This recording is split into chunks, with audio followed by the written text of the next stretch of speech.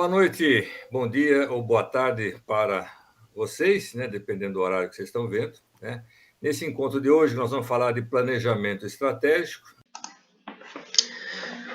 Nessa primeira parte deste nosso encontro, onde nós conversamos sobre planejamento estratégico no setor público, nós vamos trabalhar um pouquinho a teoria e os conceitos de planejamento, para, num segundo momento, falar de uma aplicação prática dessas ferramentas importantíssimas, né? Então, começando com o conceito de planejamento, o que é o planejamento? É saber hoje aquilo que pode acontecer amanhã, ou aquilo que eu quero, que eu desejo, que eu pretendo que aconteça amanhã. A diferença básica, né, entre as situações desejadas e as situações obtidas varia um pouquinho, né, nas empresas privadas e na administração pública. Nas empresas privadas, o objetivo principal é conseguir lucro, resultado financeiro. E na administração pública, o que se deseja como resultado é um atendimento social, né? Melhorar o atendimento à sociedade, melhorar as condições, beneficiar, né, a população. E dentro desse conceito inicial, a situação atual seria aquela que nós temos hoje e que a situação ideal, aquela que nós buscamos, é num futuro. E dependendo da maturidade das condições, dos recursos, ela pode acontecer de uma maneira mais positiva, ou seja, a gente consiga atingir os objetivos e as metas, né? E se não for muito bem feito ou faltar recurso, eu vou chegar numa situação possível que não é bem aquela ideal, mas que as dificuldades vão me desviar um pouquinho dos objetivos que eu estou querendo, né? Um exemplinho bem simples para a gente entender a diferença da situação ideal e possível, né? Eu estou planejando passar um fim de semana na praia. Então preparo, reservo hotel, compro passagem, arrumo a mala, né? Faço tudo certinho e chegando na praia o tempo fecha, fica chovendo o fim de semana toda, né? Ou seja, um dos fatores que está fora do controle, que é o clima, propiciou que eu não conseguisse uma situação ideal, né? Mas pelo menos uma situação possível. Estou na praia, mas não posso aproveitar a praia, né? Bom, planejamento então deve ser um instrumento que a gestão utiliza para chegar, né, no resultado de um desenvolvimento, de uma melhoria institucional ou social. E que deve ser permanentemente trabalhado tanto na parte do gestor como na parte da organização da instituição. E o mais difícil de tudo é que ela consiga atender todos os stakeholders, todos os envolvidos, né? Os diferentes partes interessadas que querem, né, normalmente resultados diferenciados. E para conciliar todos esses e harmonizar todos esses resultados, né, para que atenda a todos, ou pelo menos a maior parte possível, né, das partes interessadas. Bom, aplicabilidades, né? Então, um planejamento bem feito, ele deve conseguir como resultado novas relações sociais através de uma prática transformadora, que é um instrumento da ação governamental que resulta, né, nas políticas públicas, né? Políticas públicas, via de regra, são feitas após o levantamento, a percepção de necessidades de melhorias, né? Eu nunca encontrei nenhuma política pública que foi feita antes, né, que houvesse necessidade, né? Mesmo que seja na preventiva, né? E é o grande instrumento de gestão de todas as organizações que permitem essas melhorias. As etapas de um planejamento, né, inicialmente eram 3: programação, onde a definição dos critérios e os elementos são importantes no momento de você criá-lo, o que eu quero, o que eu preciso, onde eu estou, né? Quais são meus objetivos, minhas metas, quais são meus recursos, quais são os indicadores que vão me permitir conseguir chegar naquele ponto que eu estou pretendendo, né? Feita essa programação, a gente já entra na parte da execução, onde eu vou orientar, dirigir, coordenar e controlar todas as atividades, né? Então aqui a gente pode ver que os 4 pilares da administração já estão sendo observados, né? Planejamento, organização, direção, coordenação e o controle, né? Esse acompanhamento que deve ser feito durante todo esse processo. E na avaliação, nós vamos verificar, através da estrutura e do processo, os resultados conseguidos, né? Que vão ser medidos pelos indicadores que nós definimos lá na parte da programação e, basicamente, verificar o índice de satisfação com esses resultados, né? Utilizando todos esses recursos. Num planejamento estratégico, né, ele já sofistica um pouco mais em cima de um planejamento normal, né? Então, nós já temos nas etapas uma a mais. Então, quais são essas etapas no planejamento estratégico, né?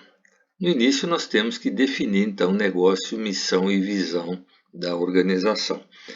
Muitas organizações ainda não conseguem ter claramente visível, notado, o negócio, missão e visão. Então, isso é muito importante que toda organização tenha de uma forma clara e que isso seja compartilhado com todos os seus colaboradores, que pode, né, propiciar uma visão ampla daquilo que nós estamos lidando, né, e quais são as nossas atitudes em frente dos resultados que a gente deve conseguir.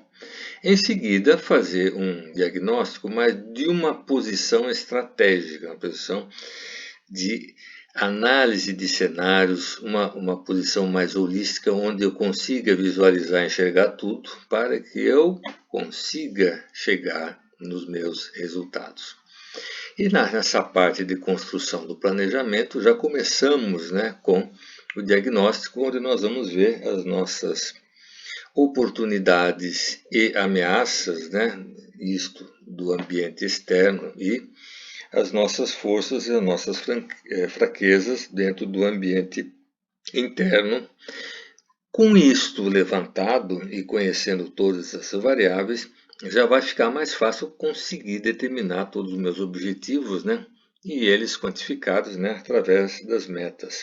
Com isso, as estratégias são formuladas e devidamente trabalhadas vão dar origem, né, ao plano de ação, ao documento final, né, que vai ser passado para frente para poder ser colocado em prática, né, pela implantação. E essa última etapa, que é a implantação, onde nós vamos realmente fazer acontecer o que foi planejado e monitorado, né, durante todas as suas fases, para ver se nós estamos chegando, né, dentro do orçamento, dentro do cronograma, né, basicamente, e todas aquelas 10 áreas de conhecimentos que a gente trabalha no PMBOK. E a gente faz essa comparação, né, com a elaboração dos indicadores de desempenho que vão permitir, através desses marcos, ver se nós estamos conseguindo chegar naquilo que foi previsto. E com essa parte assim, de indicador de desempenho, nós temos lá, na segunda parte do nosso encontro, um bom exemplo disso aí. As fases, né? Quais são as diferenças entre um planejamento e um planejamento estratégico, né?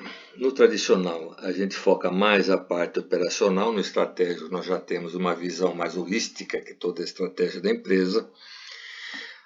No tradicional, a gente vai trabalhar mais o quantitativo, enquanto que no estratégico nós vamos trabalhar mais o qualitativo. No tradicional é mais o policiamento, é mais a parte de acompanhamento rígido daquilo que está sendo pretendido. E no estratégico já focamos mais a parceria entre os stakeholders, entre as partes interessadas. No tradicional, nós trabalhamos mais o curto prazo, e no estratégico a gente já enxerga mais longe, a gente já vai mais ao longo prazo. No tradicional é mais o administrativo, e no estratégico nós vamos mais para a parte de consultivo, né? Ou seja, nós vamos entrar com várias partes interessadas para melhor atingir os resultados. No tradicional a gente foca mais a função e no estratégico mais o negócio, né? Uma visão mais ampla. O foco é interno no tradicional e o estratégico vai se preocupar mais com o ambiente externo, né, onde as dificuldades, né, de controle e adaptabilidade são mais complicadas. No tradicional é mais reativo e no estratégico a gente já cuida mais da prevenção. E, finalmente, no tradicional é focada mais a atividade e no estratégico a gente vai focar mais a solução. Segundo Drucker, né, melhorando os nossos conceitos de planejamento, ele é um processo contínuo para uma tomada de decisões, ou seja, no momento de eu tomar uma decisão, eu preciso estar bem calçado de informações e de levantamentos de dados para que esta qualidade da tomada de decisão seja a maior possível. E também devemos ter um conhecimento muito profundo, né, daquilo que a gente quer, né, ou seja, atingir os objetivos, ou seja, lá no futuro. Como é que eu faço para que esse objetivo realmente seja atingido? E toda a soma de esforços, né, para realizarmos todas as atividades necessárias para atingir e medir os seus resultados, né? E com isso sempre sendo feito através de um sistema muito bem organizado com o feedback, ou seja, com o monitoramento, sempre buscando o previsto, né, e comparado com os realizados, para ver se há necessidade de mudanças ou de ajustes durante essa parte de implantação. Para a gente entender essa evolução do planejamento estratégico, né, é importante mencionar que o divisor de águas foi a Segunda Guerra Mundial, onde as necessidades eram infinitas, né, no sentido de atender o esforço de guerra com pessoal, com recursos materiais, tecnológicos, financeiros, onde a necessidade da guerra é em ter, né, o produto certo, no momento certo, no local certo, pelo meio certo, era muito importante para a vitória, né? Então, com essa grande necessidade de se vencer a guerra, foram introduzidas várias coisas, né, novas, né, pensamentos novos na parte tanto da parte administrativa como na parte de logística. Então, nos anos 50, né, nos primórdios aí da utilização do planejamento estratégico, ele era mais focado na parte financeira orçamentária, né, com a construção, né, de um planejamento para um orçamento anual, e a grande preocupação era cumprir o orçamento, pura e simplesmente, né. Mas a complexidade do mundo, né, a evolução do mundo, o crescimento, foi se sofisticando. Já nos anos 60 nós já temos uma melhoria, porque o planejamento já passa a ser mais a longo prazo, né, com um trabalho em cima de tendências e eventuais lacunas que existem, como é que elas podem ser preenchidas, né, e já começamos a trabalhar melhor com o futuro, né, mas sem grandes mudanças ainda. Nos anos 70 já passamos a trabalhar a parte estratégica, onde nós temos aí a entrada em ação de um pensamento estratégico, né, um acompanhamento mais de perto das mudanças do ambiente, né, principalmente do externo, uma análise mais aprimorada dos recursos de competências e uma melhor alocação dos recursos, né, para quê? Para definir a estratégia, para ter dados mais importantes, mais detalhados, né, nessa elaboração do nosso planejamento. Já nos anos 80, já passamos, né, a ter uma maior complexidade, né, onde a gente já se preocupa mais com a administração estratégica, né, com toda a coordenação dos recursos para que o objetivo seja alcançado dentro daquilo que foi inicialmente previsto, né. Uma integração do planejamento e controle com sistemas de apoio, introdução de motivação e compensação para os resultados, para os marcos importantes, né, e todo um desenvolvimento organizacional, principalmente com informações e comunicação, já para a gente determinar aquilo que a gente quer que aconteça no futuro. Nos anos 80, nós já temos a administração estratégica competitiva, onde estamos levando em consideração missão e visão da empresa, e que toda essa ação seja alinhada à missão, dentro de um processo de globalização que cada vez está mais forte, a utilização da tecnologia da informação e uma abordagem sinérgica, né, com uma visão holística, uma visão do todo, para que a gente consiga melhores resultados. Aí começamos a questionar por que planejar. Porque em termos de mudança, o planejamento é muito importante. Nós temos um exemplo recente aí, que foi a pandemia. Ninguém previa em 2019 que poderia acontecer alguma coisa tão radical, que foi a pandemia, que de repente travou tudo, pelo menos da maneira tradicional em que estávamos acostumados a trabalhar. E a gente viu que quem planejou, quem se preparou, quem enfrentou as mudanças mais rapidamente, sobreviveu. E aqueles que demoraram ou não conseguiram se adequar à nova situação, né, acabaram ficando para trás, né, acabaram fechando.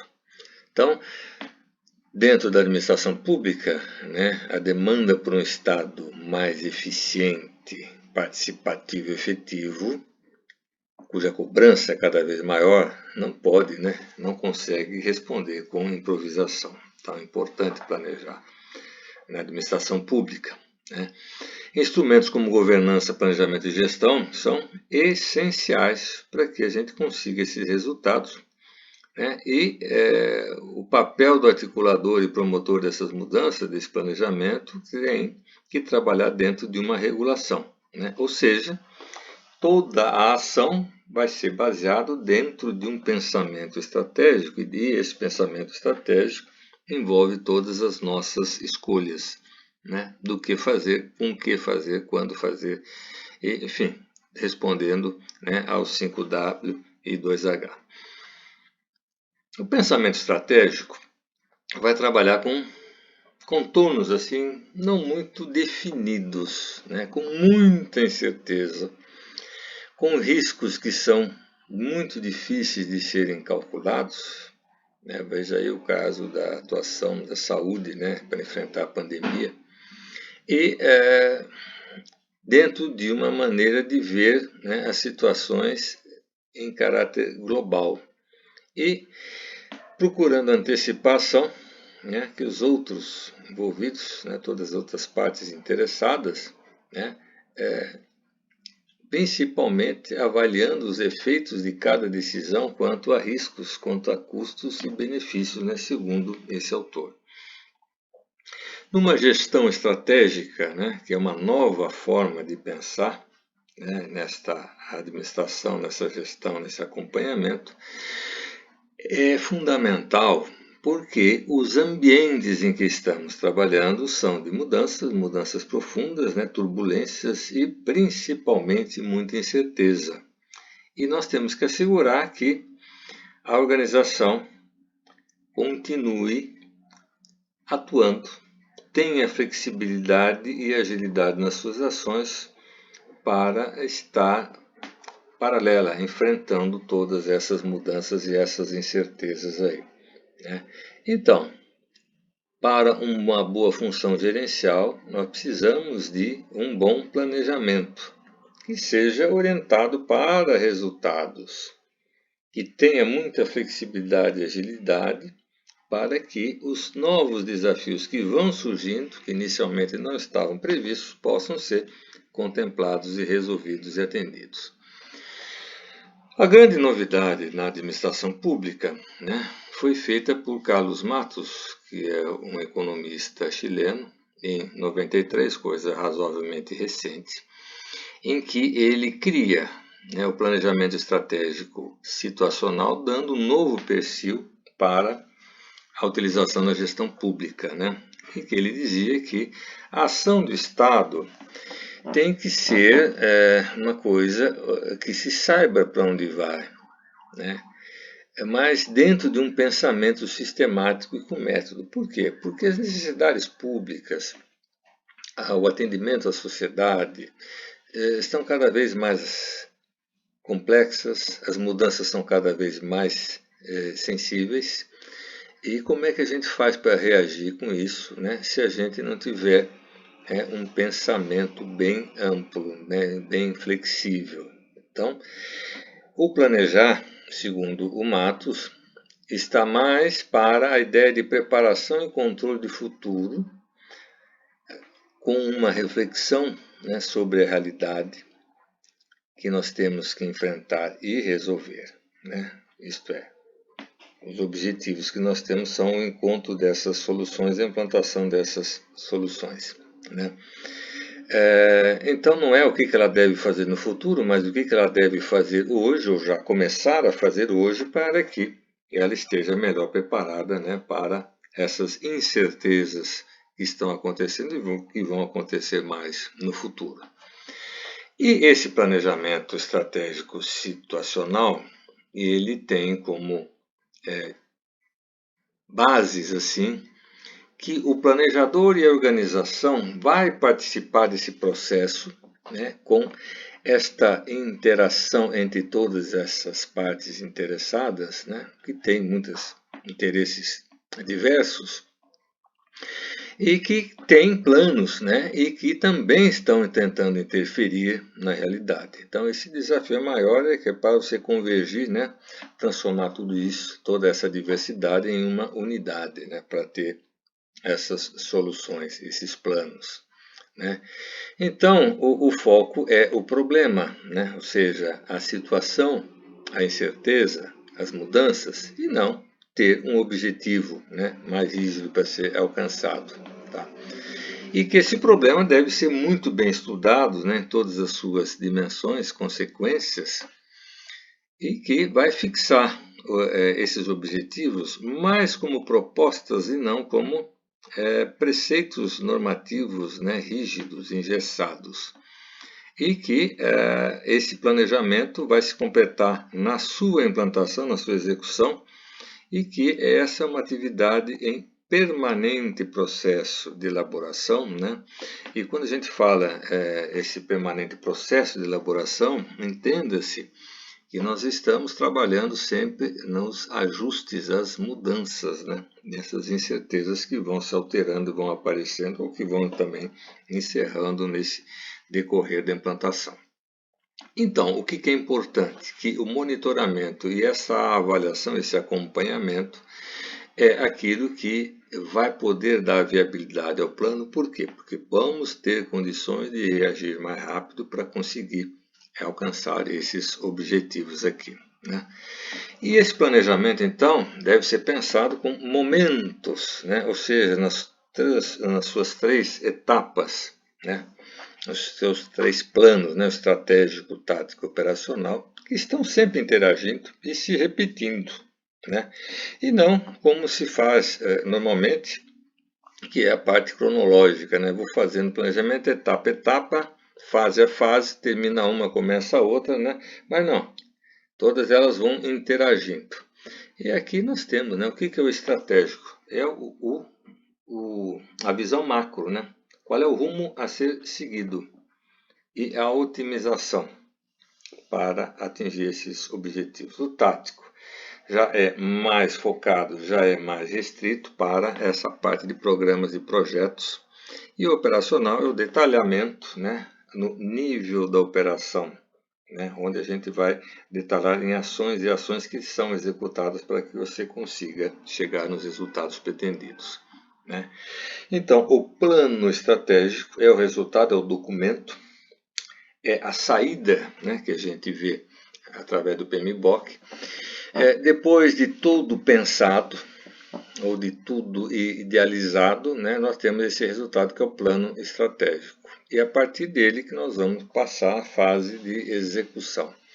Então, já está tudo previsto, né? As prioridades, as decisões, as elaborações, a organização, a adaptação, as mudanças, né? Para que se aproveitem mais as oportunidades. E também é a ferramenta básica, né? Que a gente usa gerencialmente para que esse processo seja racional, né? Que a gente consiga convergir todos os esforços e as ações para chegar naquele resultado lá, ok?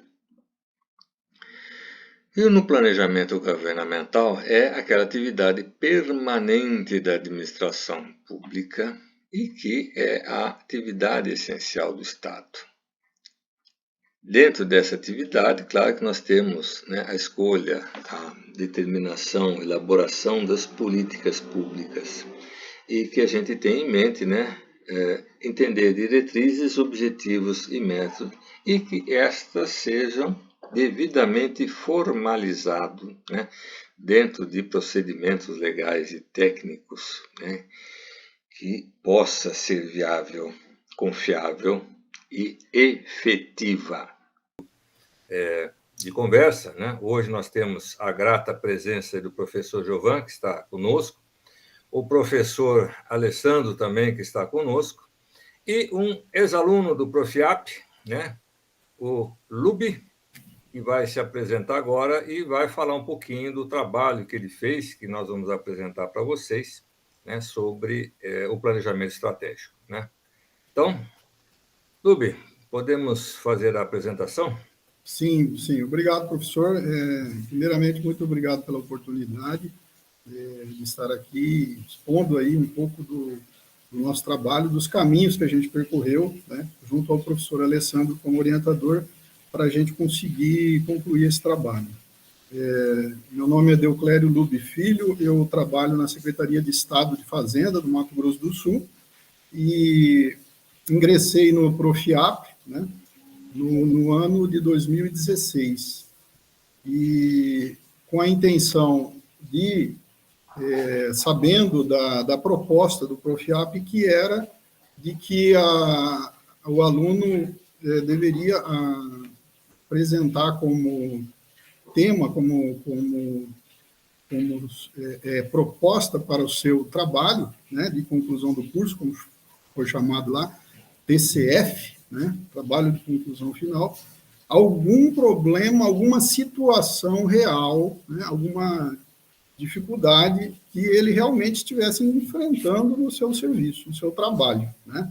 Essa proposta, que tinha o título de situação problema, né?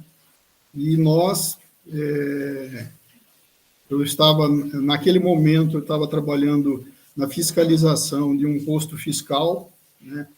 É uma unidade que atende fiscalização de rodovia, né?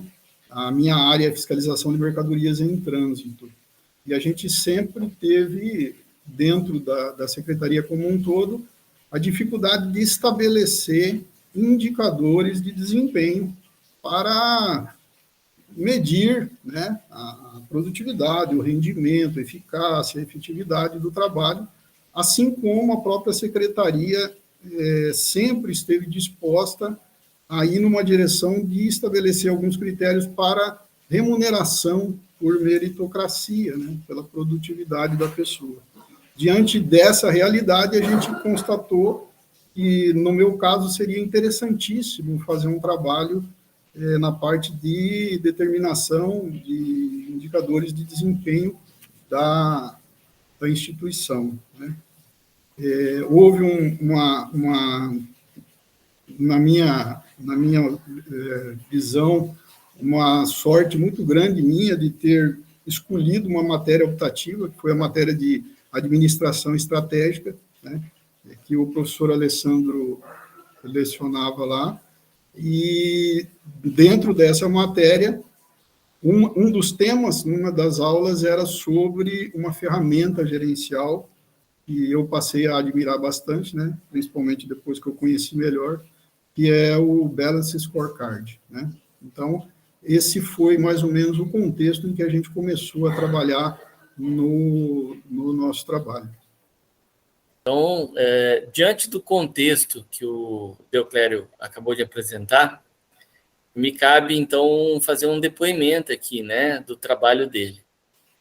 Ele chega para mim como orientando e como aluno da disciplina de Administração Estratégica e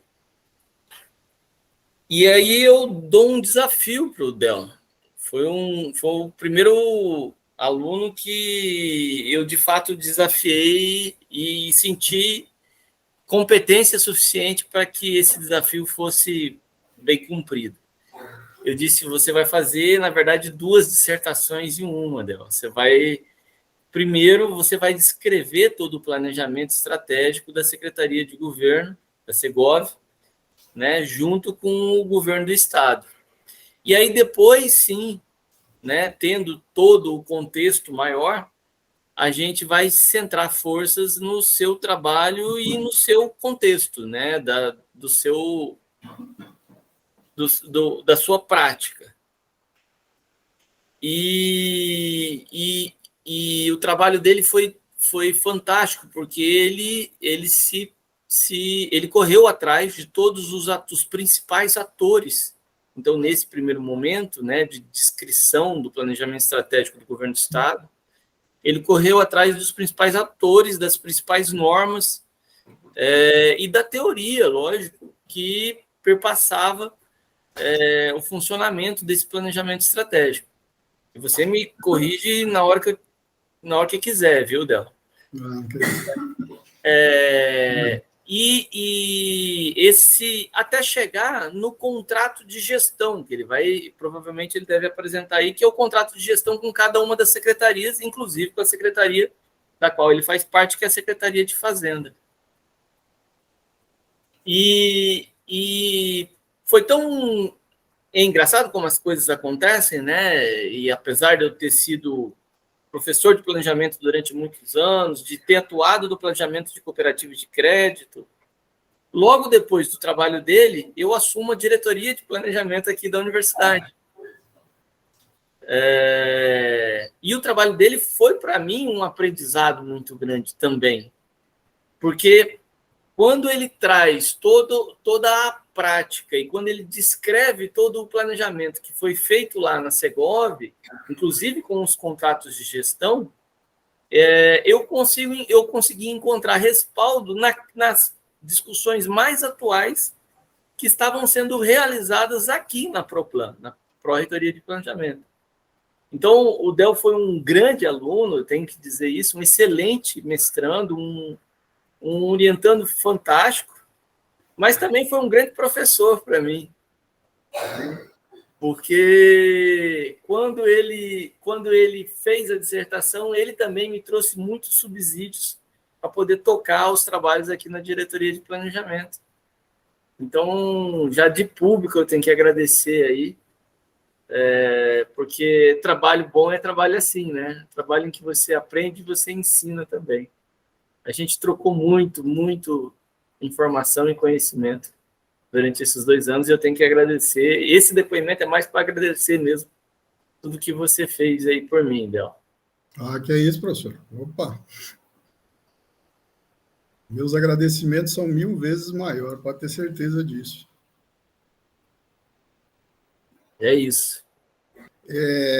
Então, como o professor Alessandro já contextualizou, né, nós tínhamos aí o objetivo de fazer a dissertação, como objetivo, a gente vai ver um objetivo final, de estabelecer indicadores de desempenho para a unidade em que eu trabalhava naquele momento. Eu era gestor de uma unidade chamada Posto Fiscal de Fiscalização, ICMS, Mercadorias em Trânsito. E eu sabia, né, eu tinha conhecimento anteriormente de que a Secretaria de Fazenda, assim como todo o governo do Estado, tinha um planejamento estratégico já desenvolvido em gestões anteriores, né? Digamos assim, era um patrimônio já do Estado, não era de governo, né? E vagamente eu tinha informação do BSC, do Balance Scorecard, mas ele não chegava nenhuma informação até a ponta, até onde a gente estava, sobre indicadores de desempenho baseados, né, nesse planejamento estratégico. Então, quando a gente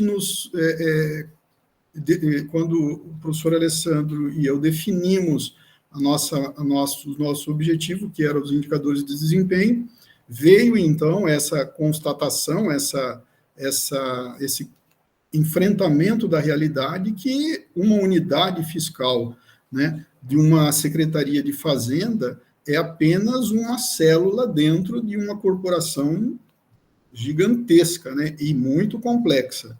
Então, é claro que não cabe ao gestor daquela unidade, daquele setor, seja em que nível hierárquico ele esteja, tratar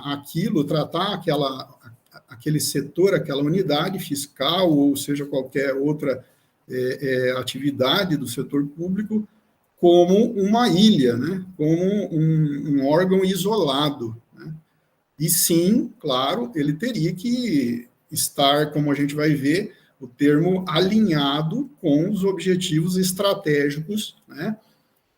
Que começam no planejamento do governo do Estado, né? Se propagam para a Secretaria de Fazenda, e a Secretaria de Fazenda, com cada um de seus setores, né, propagando, irradiando esses objetivos, no sentido de que cada secretaria, cada órgão, cada setor e cada unidade, né, tenha objetivos estratégicos e, assim, indicadores de desempenho institucional alinhados com os objetivos, com o planejamento estratégico, respeitando essa cadeia, né?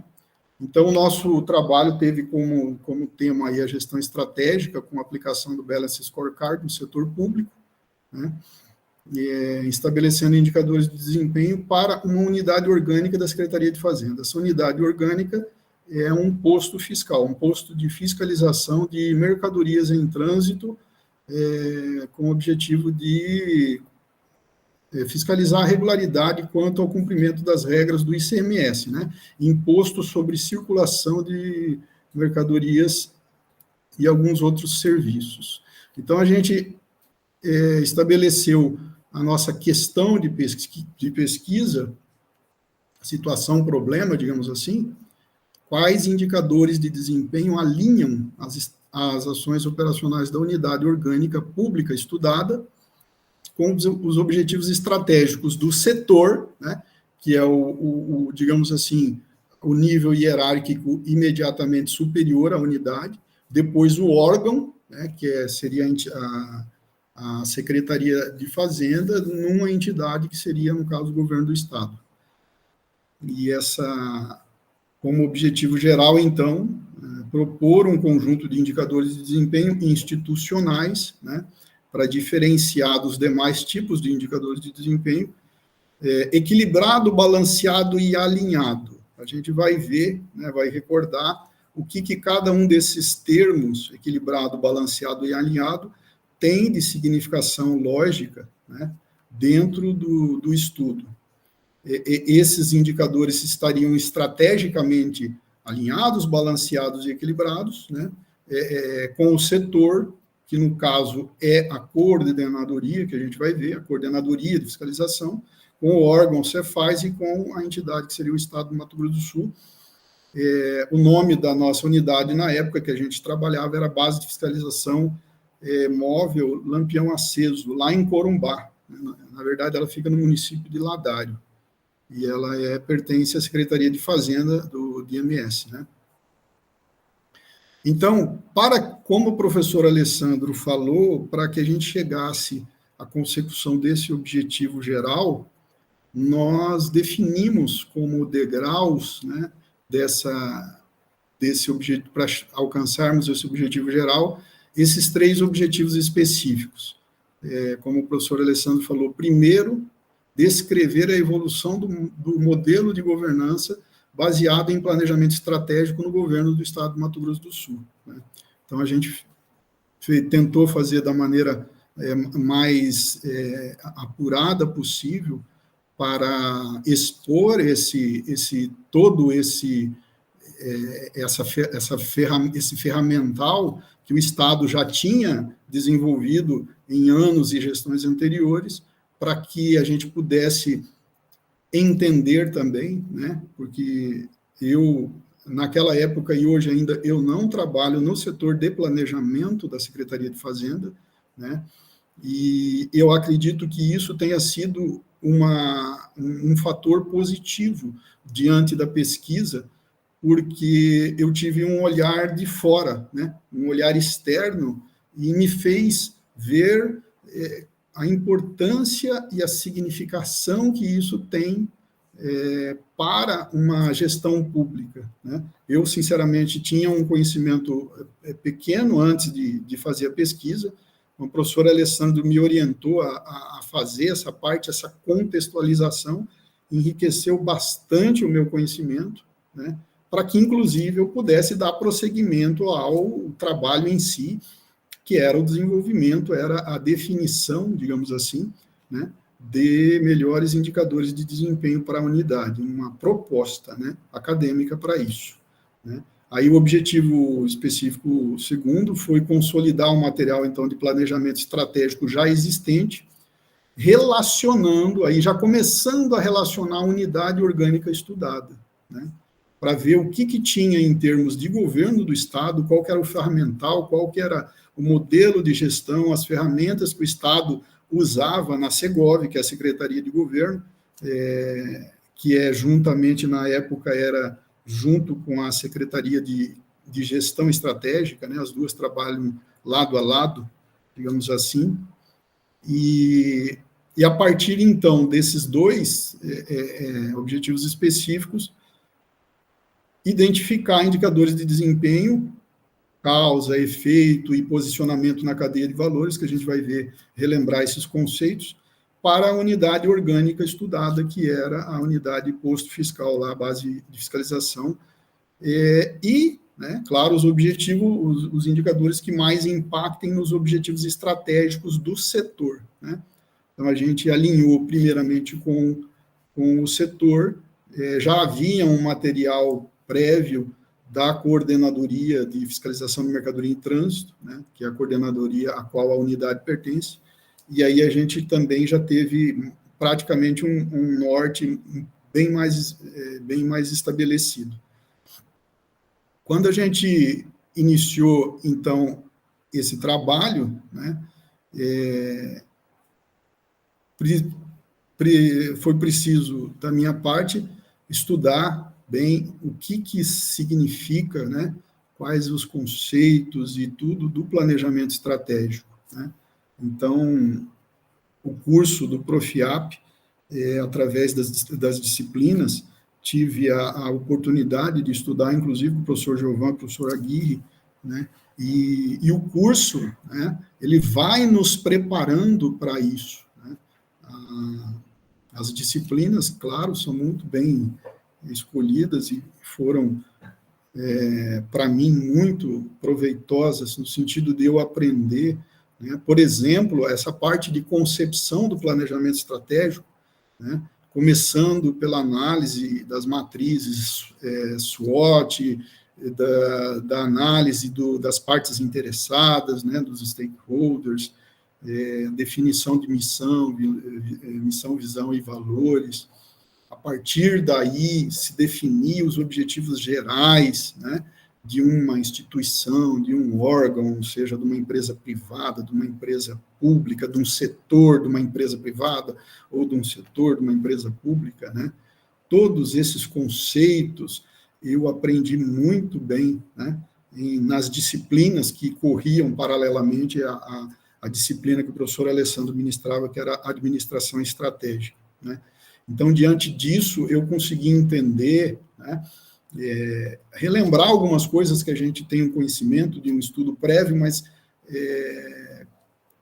com as disciplinas, a gente estudando realmente aquilo, fazendo trabalhos, a gente consegue entender muito bem essas fases do planejamento estratégico, né, que estão citadas aqui nessas lacunas do lado esquerdo, e do lado direito das flechinhas, os momentos em que esse planejamento estratégico ele é consolidado, né, chamado momento estratégico, momento tático, operacional, né.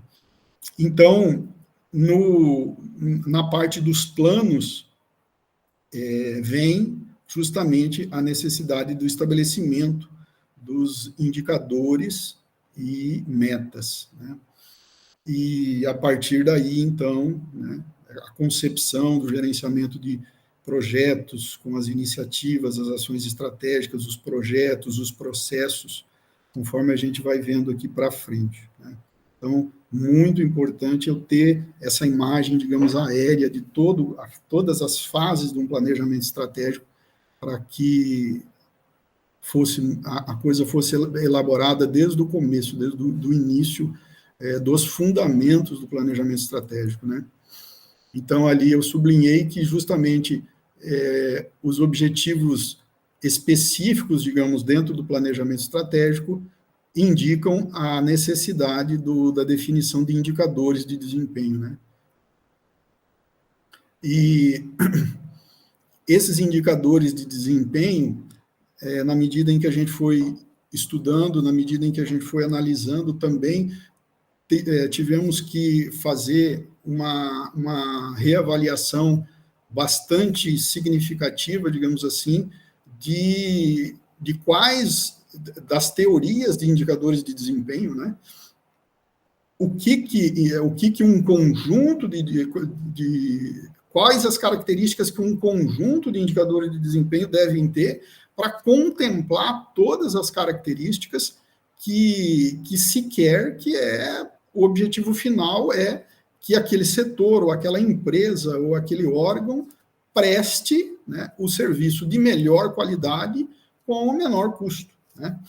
Então, a partir daí, nós fomos à busca das teorias de indicadores de desempenho como um todo, de forma geral, que a gente apresenta também no trabalho final, e as características que a gente destaca são que os indicadores precisam ser alinhados, né, com os objetivos da organização a qual ele pertence, né, e com os objetivos, claro, da estrutura organizacional a qual está inserida, né.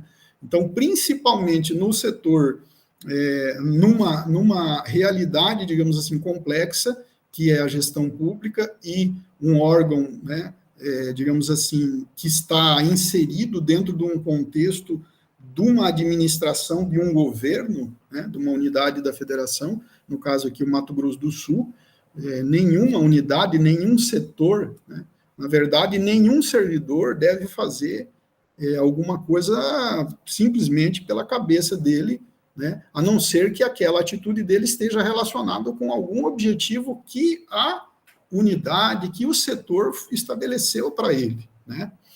Então, o alinhamento dos indicadores de desempenho vem daí, né? Eu preciso ter uma consonância com toda a estrutura daquela instituição, digamos, pública que eu estou determinando, sugerindo alguns indicadores, né? O termo, a característica de indicadores serem balanceados, né, nisso daí é que essa ferramenta, Balance Scorecard, nos ajudou bastante, né? Então, quando o professor Alessandro, numa determinada aula de administração estratégica, começou a expor as teorias dessa ferramenta, digamos assim, me despertou, digamos assim, olha, essa ferramenta parece ser uma ferramenta com duas características importantes. Uma, que eu sei que ela já é usada, né? Eu já tinha informação de que ela era usada no governo do estado do Mato Grosso do Sul em algum setor, em algum momento, mas eu não tinha uma informação mais apurada disso. E também, quando a gente começa a analisar melhor essa ferramenta, a gente vê que ela nos dá a oportunidade justamente de criar, de conceber um conjunto de indicadores de desempenho balanceados, né? Que a gente vai ver também esse balanceamento, digamos assim, seria uma distribuição dos indicadores de desempenho de modo a atender, digamos assim, a gente tem aqui as dimensões estratégicas que a gente vai ver no mapa estratégico, né? Os indicadores devem estar distribuídos nessas dimensões estratégicas que a gente vai ver logo em seguida no mapa estratégico, o que elas representam, né? Elas devem guardar, claro, a característica de ser, de trazer esse fenômeno da causa e efeito, né? Que, humildemente dizendo, vocês são os doutores aí em ciência, mas me parece que essa característica, esse fenômeno de causa e efeito, digamos assim, é um procedimento essencial para a ciência, né? Porque é justamente isso que a gente tenta buscar, né? Eu quero saber o que causa, quais são as causas de tal efeito para que eu possa controlar, né? Eu controlando as causas, eu controlo os efeitos, e é isso que eu quero, né? Então, esses indicadores que os teóricos do BSC chamam de indicadores de esforço e resultado, né? É uma coisa, é uma constatação, uma realidade maravilhosa, isso para a gente, inclusive, em toda a vida da gente, né? Dar importância, estabelecer indicadores de esforço para que o resultado venha em consequência, né? Então, a relação causa e efeito. Indicadores que possam contemplar metas, objetivos de curto, médio e longo prazo, né? Aspectos internos e externos da instituição e ativos tangíveis e intangíveis, né? Então, uma ferramenta, digamos assim, que se mostrou bastante maleável, bastante, digamos assim, moldável, no sentido de você poder trabalhar com ativos tangíveis e intangíveis. Nós vamos ver para frente ali, o BSC contempla, né, essa possibilidade. Ô, Lube, posso interromper só um minutinho? O professor Alessandro, acho que queria falar alguma coisa. Pois não. Só para reforçar um pouquinho o que o Lube falou, que existe um... Foi o Lube que me ensinou, foi o Del, né? Eu costumo chamar ele de Del, porque nos tornamos muito amigos nesse processo. Eu gosto muito dele, e ele sabe disso.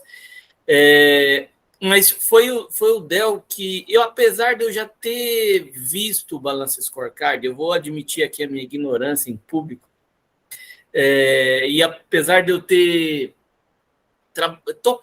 trabalhado com Balance Scorecard, visto isso, eu não tinha usado e nem tinha total noção de como fazer a pesquisa com um Balance Scorecard. E foi o Del que me trouxe esse conceito, esforço e resultado, né? Ele lembra do livrinho, ele me trouxe o livrinho, eu li o livrinho, mas eu já não acho mais esse livrinho, viu, Del? Até tem que pedir esse livrinho de novo.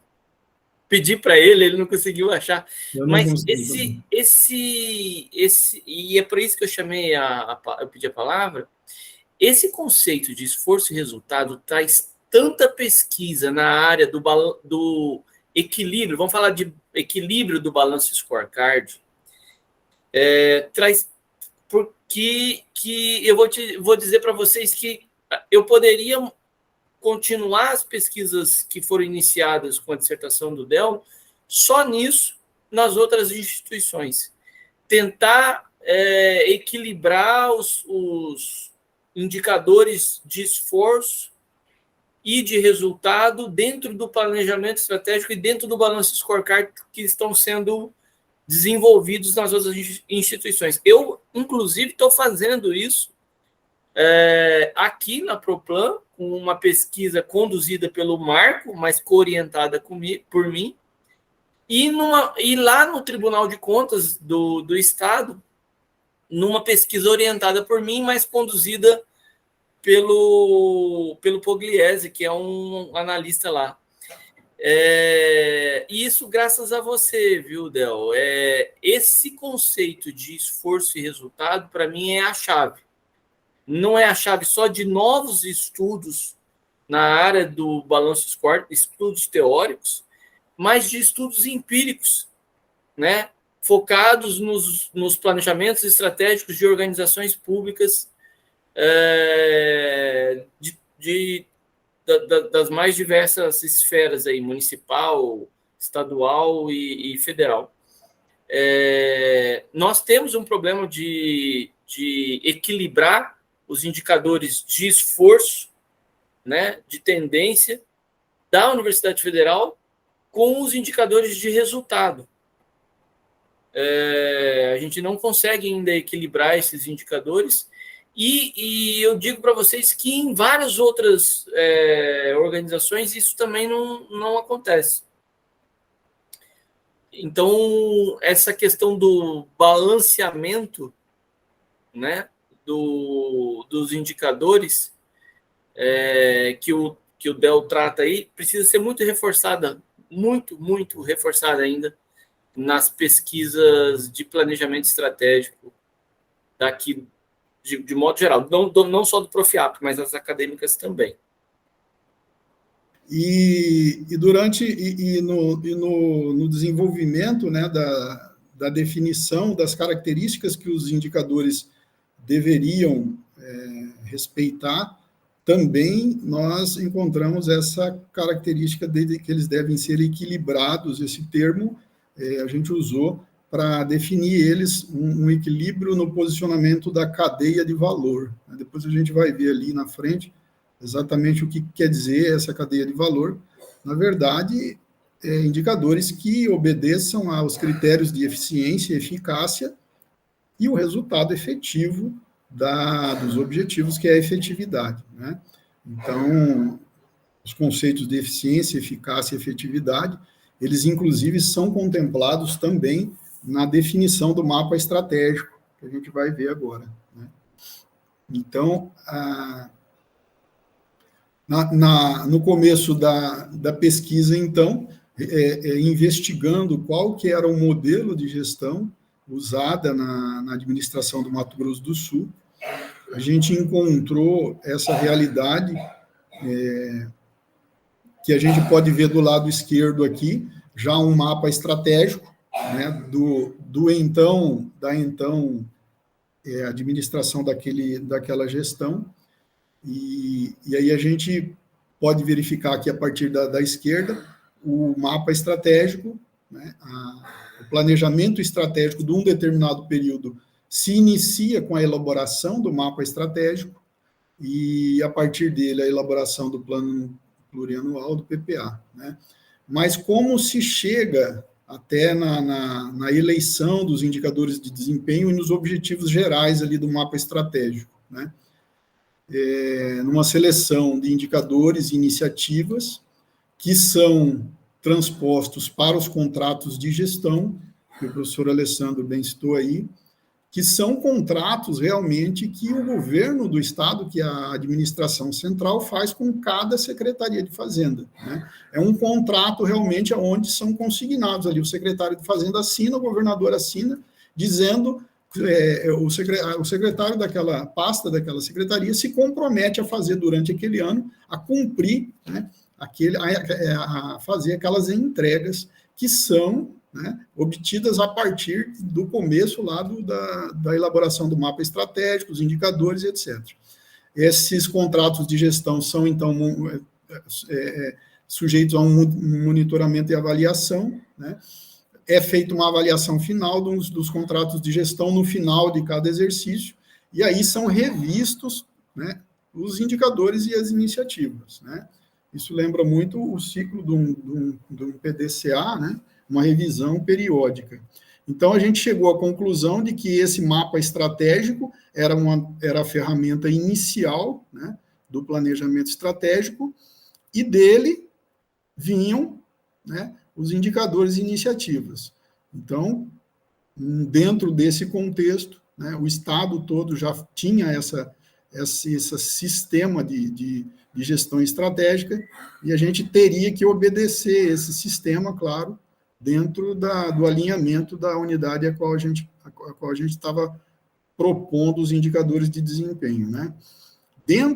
Para gerir, digamos, todo esse ferramental de gestão estratégica, existe a rede de gestão estratégica, né, que eu não coloquei aqui muitos detalhes, mas a rede de gestão estratégica é, como o próprio nome diz, uma rede de colaboradores que são estabelecidos dentro das secretarias, né, pontos focais, toda uma teoria que se propaga essa gestão estratégica, esses objetivos para todos, né, digamos assim, numa capilaridade para atingir todos os setores da secretaria, desde do governo central até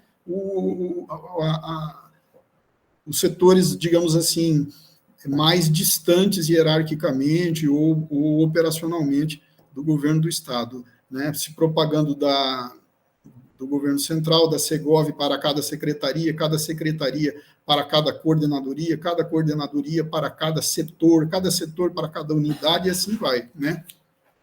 E então a gente, digamos assim, constatou essa realidade. E aí a gente, claro, diante desse mapa estratégico que o governo do Estado usa como modelo, no seu modelo de gestão, nós fomos verificar e descobrimos que ele era feito dentro do governo do Estado e nas secretarias e nos setores. O planejamento era feito baseado no mapa estratégico das teorias do BSC, né?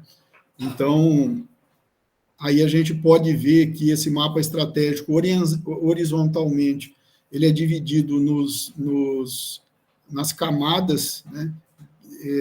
Cada camada, o governo do Estado chamou de nível ou perspectivas estratégicas, né? Níveis ou perspectivas estratégicas, e aqui na parte de baixo, então, a gente vê o aprendizado e crescimento, depois os processos internos, os clientes e a perspectiva financeira, né?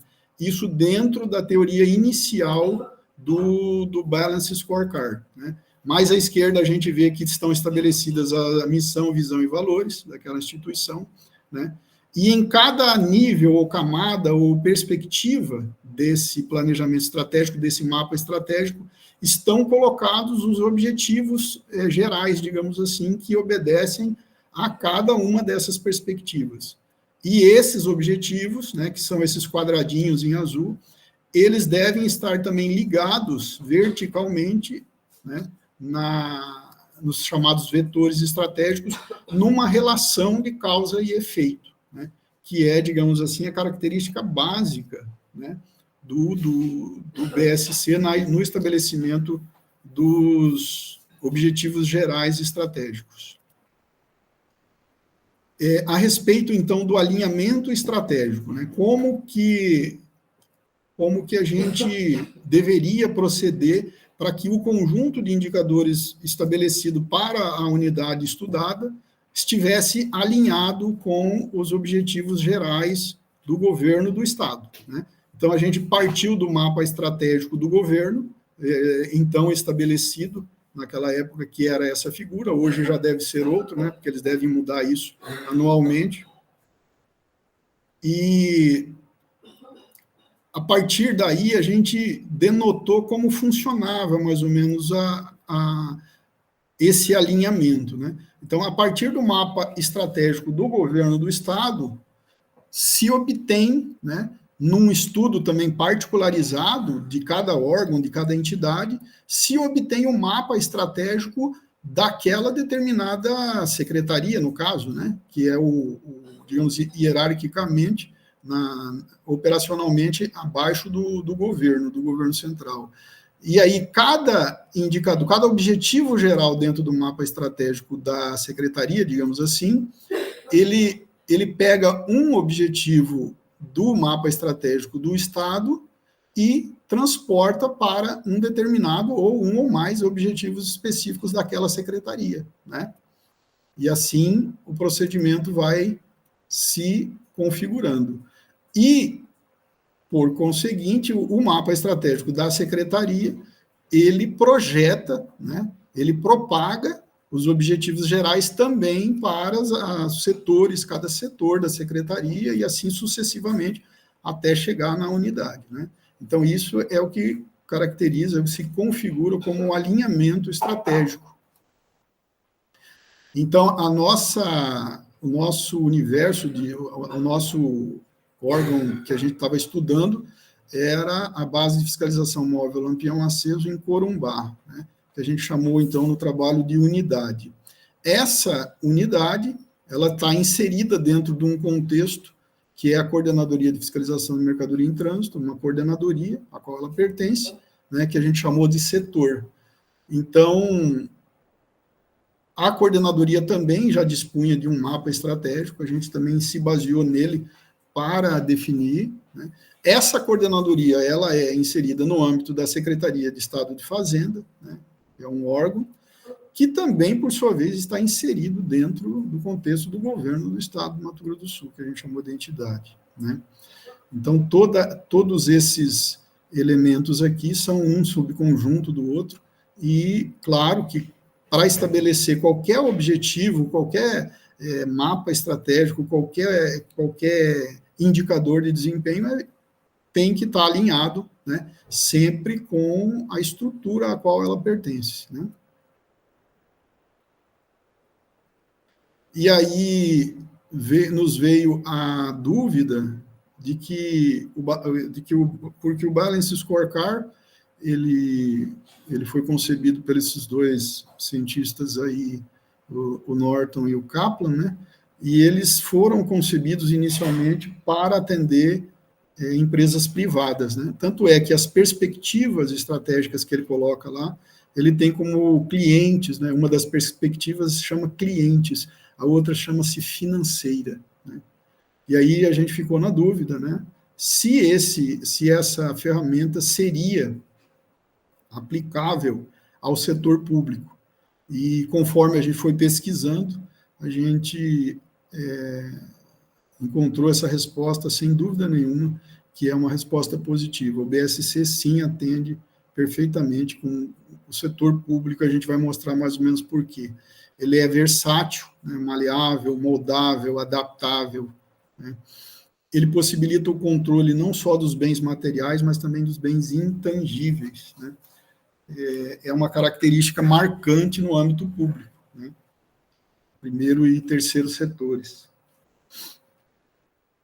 E também, pela nossa pesquisa do estado da arte, digamos assim, e também da realidade de muitas organizações públicas pelo mundo inteiro, né? Inclusive a gente apresentou no trabalho alguns países que usaram essa ferramenta em sua gestão pública, algumas cidades, alguns estados, algumas instituições de saúde, algumas instituições de ensino, né?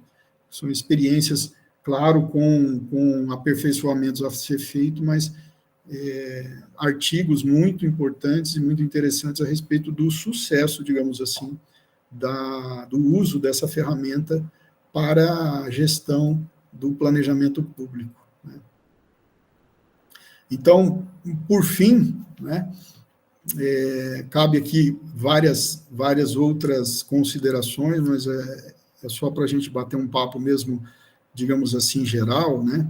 Então, a partir do mapa estratégico que a gente viu lá, a gente pode ver que este mapa estratégico, ele já está, as perspectivas dele ali em laranjado do lado esquerdo, elas já trazem, né, alguns parâmetros voltados já para uma gestão pública, né? E essas perspectivas também são moldáveis, né? Elas são, digamos assim, elegíveis. Pode-se escolher as que melhor atenderem aquela instituição, aquele órgão, etc. Esse é um exemplo de mapa estratégico que o Caldeira ele chama de mapa estratégico consolidado. O que é? Ele pega essa parte do mapa estratégico que traz à esquerda, ali em laranja, as perspectivas, né, que determinam em cada linha, digamos, horizontal dessa, os parâmetros, os objetivos estratégicos e a relação de causa e efeito de cada um, né? E então ele está, digamos assim, delimitado por essa figura vermelha, por esse quadro vermelho. No entanto, a partir da pesquisa, nós devemos determinar, sim, quais são os objetivos específicos, né? E para definir realmente os indicadores de desempenho realmente. Então, seria mais ou menos esse quadro em azul, que a gente vê lá em cima, está escrito Balance Scorecard, né? Então, a gente vê que ele traz os indicadores de tendência, os indicadores de resultado, né? E as metas, né? Estabelecendo objetivos teóricos e, numericamente, transportando, digamos assim, traduzindo esses indicadores em metas realmente numéricas, né? E, como o professor Alessandro falou, essa divisão, digamos, de indicadores de tendência e de resultado é um aspecto importantíssimo, interessantíssimo, que a gente vê. Eu sempre fiz um paralelo, por exemplo, com um time de futebol que, digamos assim, aos 40 minutos do segundo tempo, ele precisa fazer um gol. Se o técnico chegar na beira do campo e começar a gritar, faça um gol, faça um gol, faça um gol, vai virar uma confusão geral, ninguém vai saber o que faz e vai acabar nem fazendo gol, né? Enquanto que isso seria se voltar para um indicador de resultado, enquanto que se o técnico mantiver a cabeça fresca e fizer indicação de esforços, né, é muito mais provável que ele chegue ao resultado do gol, né? Então, ele orientar a equipe dele a, olha, lança a bola mais profundamente, lança a bola no escanteio, vai mais pelo lado esquerdo, se der chance, chute para o gol, de qualquer jeito, vamos tentar ganhar uma falta no ataque, vamos tentar ganhar um escanteio, né? Esses indicadores de tendência vão levar os jogadores, digamos assim, que são os colaboradores de uma instituição, a proceder de maneira, digamos assim, racional, buscando os esforços, né? Olha, eu não sei se vai resultar em gol isso, mas eu vou me esforçar. E para mim, me esforçar, eu preciso saber que esforço que eu tenho que fazer, né? E, digamos assim, tentar abstrair que não é realmente o gol, né? Enquanto esse gol não sair, também não deixar de correr atrás, digamos assim, dos objetivos dos indicadores de tendência, né? E claro que para saber se vai dar resultado ou não, a experiência vai contar muito, né? Então, esses indicadores devem ser revistos periodicamente para que vá se fazendo pesquisa empírica no sentido de falar, bom, esse indicador de tendência, de esforço, que eu achava que ele dava resultado, eu estou vendo que ele não é muito indicado, não, né? Então, eu vou tentar substituir por outro, ou vou tentar implementar ele, ou melhorar ele, né? Então, digamos assim, um vendedor de carros, por exemplo, né, ele vai estabelecer um indicador de tendência. Olha, eu estou precisando vender tantos carros esse mês, mas se eu tentar vender carro, eu não vou vender. Agora, se eu tentar ligar mais para os clientes, conversar, manter um bom humor melhor, atender melhor, fazer mais pesquisa, me informar melhor, e etc. e tal, ele vai, claro, a tendência né, justamente como o indicador diz, a tendência é dele chegar nos melhores resultados.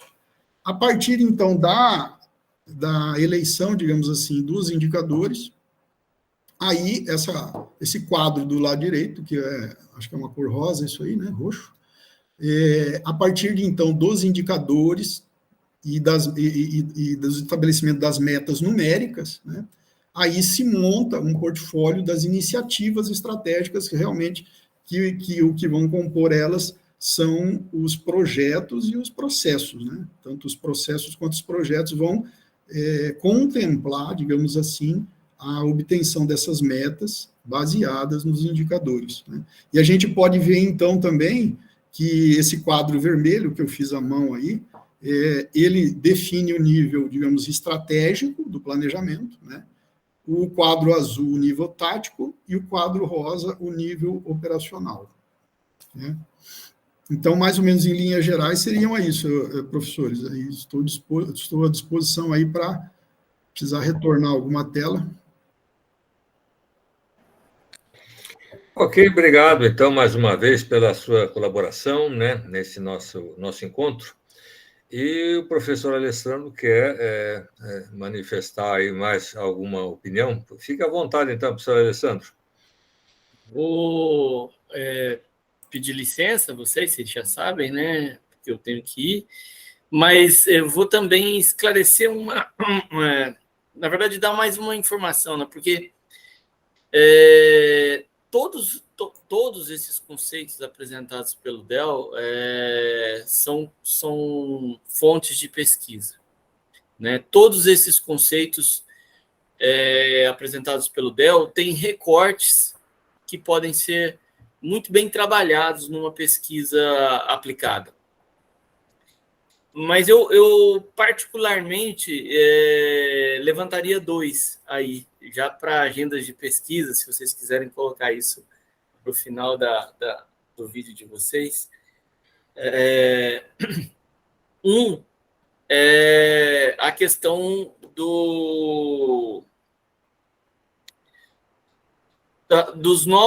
dos próximos PPAs e dos planos de governo dos dois candidatos, já que a gente está em fase aí de eleição e de escolha entre dois candidatos, eu tive o cuidado de olhar como é que se chama isso? O plano de governo dos dois candidatos. E eu percebi exatamente essas dimensões, né, trabalhadas já no plano de governo.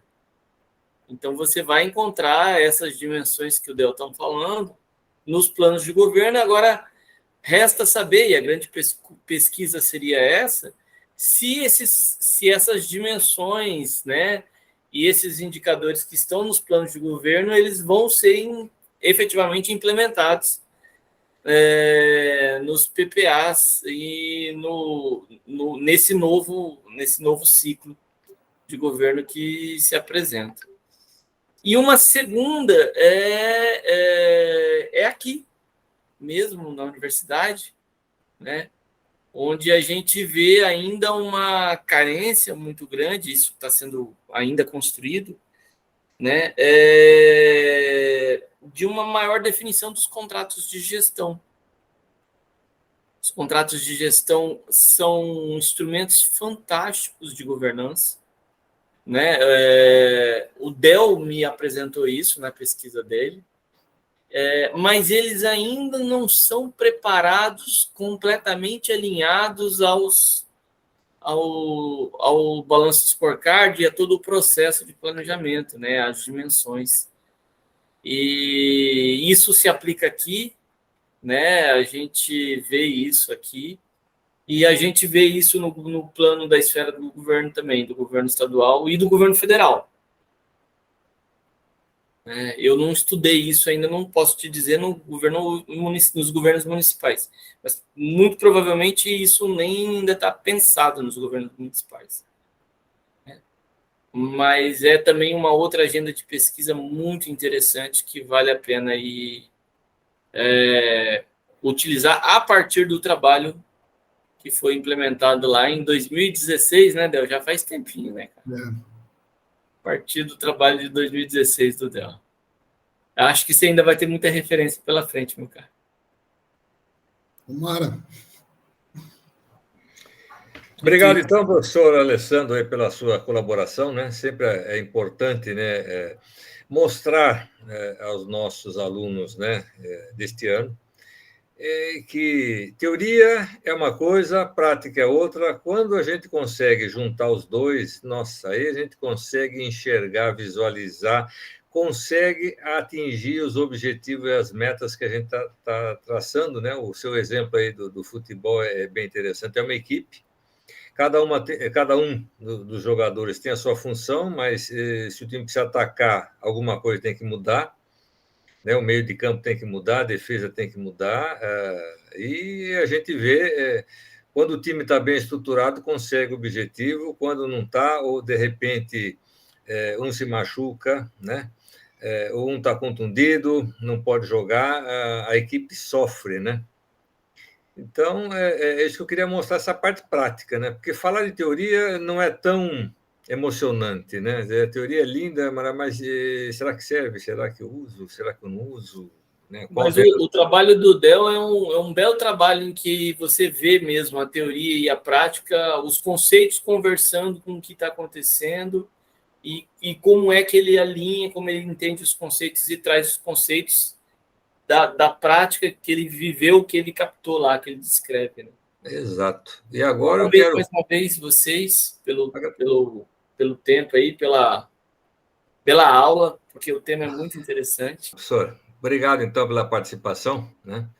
E eu Obrigado. quero continuar agora, eu quero pedir para o Lube, então, a curiosidade, né? Você fez todo um trabalho de planejamento, dos planos, dos mapas, e os resultados, como é que foram? Foram fáceis? Foram aqueles? Não conseguimos? O que conseguimos? O porquê que não conseguimos? Eu queria que você falasse um pouquinho, né, sobre os resultados aí da aplicação desse ferramental.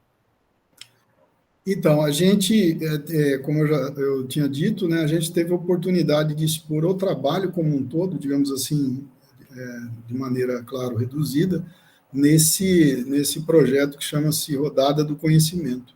E eu acredito que nessa ocasião foi a colaboração, digamos assim, mais significativa que a gente fez para a gestão, porque, inclusive, colegas que são componentes do setor de planejamento estratégico da Secretaria de Fazenda tiveram acesso a esse trabalho, né? Inclusive, um determinado colega que, na época, era o superintendente de gestão estratégica, um colega da mesma categoria minha, ele nos deu também muito subsídio no sentido de nos prover com materiais e etc. e tal. Ele compõe ainda o governo do Estado nesse momento, a Secretaria de Governo, que caminha alinhada com a Secretaria de Gestão Estratégica, e coordena todo o sistema da rede de gestão estratégica, que é o sistema que dá a comunicação dos objetivos até o final, digamos, na ponta, né? E agora, na prática, é bastante complexo no serviço público, os professores sabem disso, né? Para você estabelecer qualquer tipo de indicador, o gestor, digamos assim, pode fazer informalmente, né? No sentido de motivar a equipe a correr atrás de metas, mas legalmente existem a burocracia, digamos assim, é grande, né?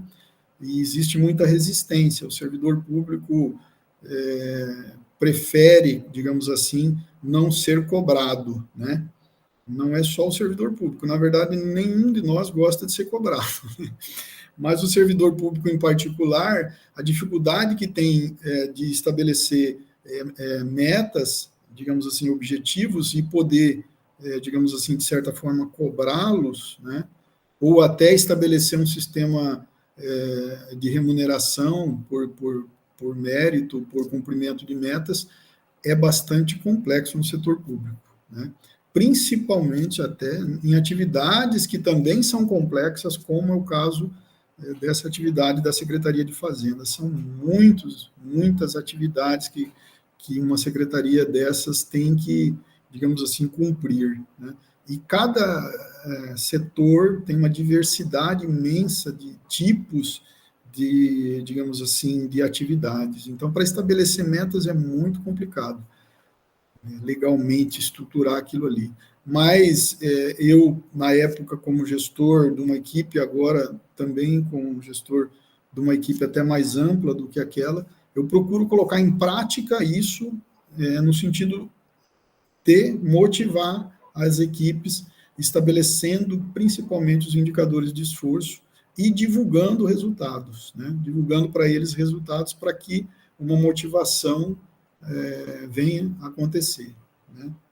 Agora, como eu disse, eu acho que a principal colaboração desse trabalho foi a disponibilização dele justamente por uma equipe, que inclusive o colega que é o gestor lá da unidade, do CONEMAI, o colega Esaú, auditor fiscal, digamos assim, nos contemplou com a possibilidade de apresentar esse projeto nesse evento chamado Rodada do Conhecimento, e a partir daí eu acredito que ele, no mínimo, lançou uma semente e um solo bastante fértil. Beleza, maravilha, né? A gente fica satisfeito, né? Você colocou alguns pontos bastante interessantes. A realidade no serviço público é um pouquinho diferente, né? Eu já trabalhei muito tempo na iniciativa privada, né? A gente tem algumas facilidades, tem algumas oportunidades melhores, vamos dizer assim, de aplicar e de cobrar, né? Coisa que é já bem mais difícil, né? No serviço público, mas já é, como você falou, já é um caminho, já é um princípio, né? Porque se eu não estabeleço detalhes, né? E realmente para você montar um planejamento estratégico bem feito, com BSC, você precisa fazer os indicadores. E os indicadores são os detalhamentos importantes que muitas vezes a gente, no nosso trabalho, não se preocupa, né? Ou não dá devida atenção nesses detalhes, depois não consegue atingir metas, né? Mas por quê? Né? Faltou, talvez, alguns detalhes, né? E nesse estabelecimento de indicadores, você é obrigado a investigar realmente quais são todos os detalhes possíveis para você contemplar, né? Porque se você não faz, não trabalha, né, dificilmente você vai conseguir bons resultados, né? Você pode conseguir outros resultados que não é bem aquilo que a gente deseja, né? Mas é por aí.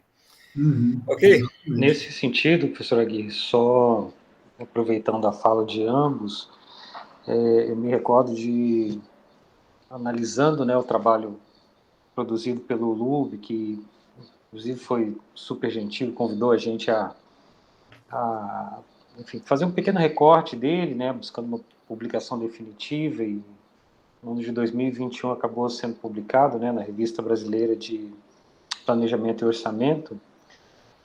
Nesse recorte, o LUB trabalha um quadro institucional onde esses incentivos acabam sendo definidos gradualmente entre 2014 e 2017, na forma de leis, decretos, na forma de normas e na forma dos documentos que ele menciona, né? Os contratos de gestão, o quadro de indicadores. Então, de fato, a complexidade requerida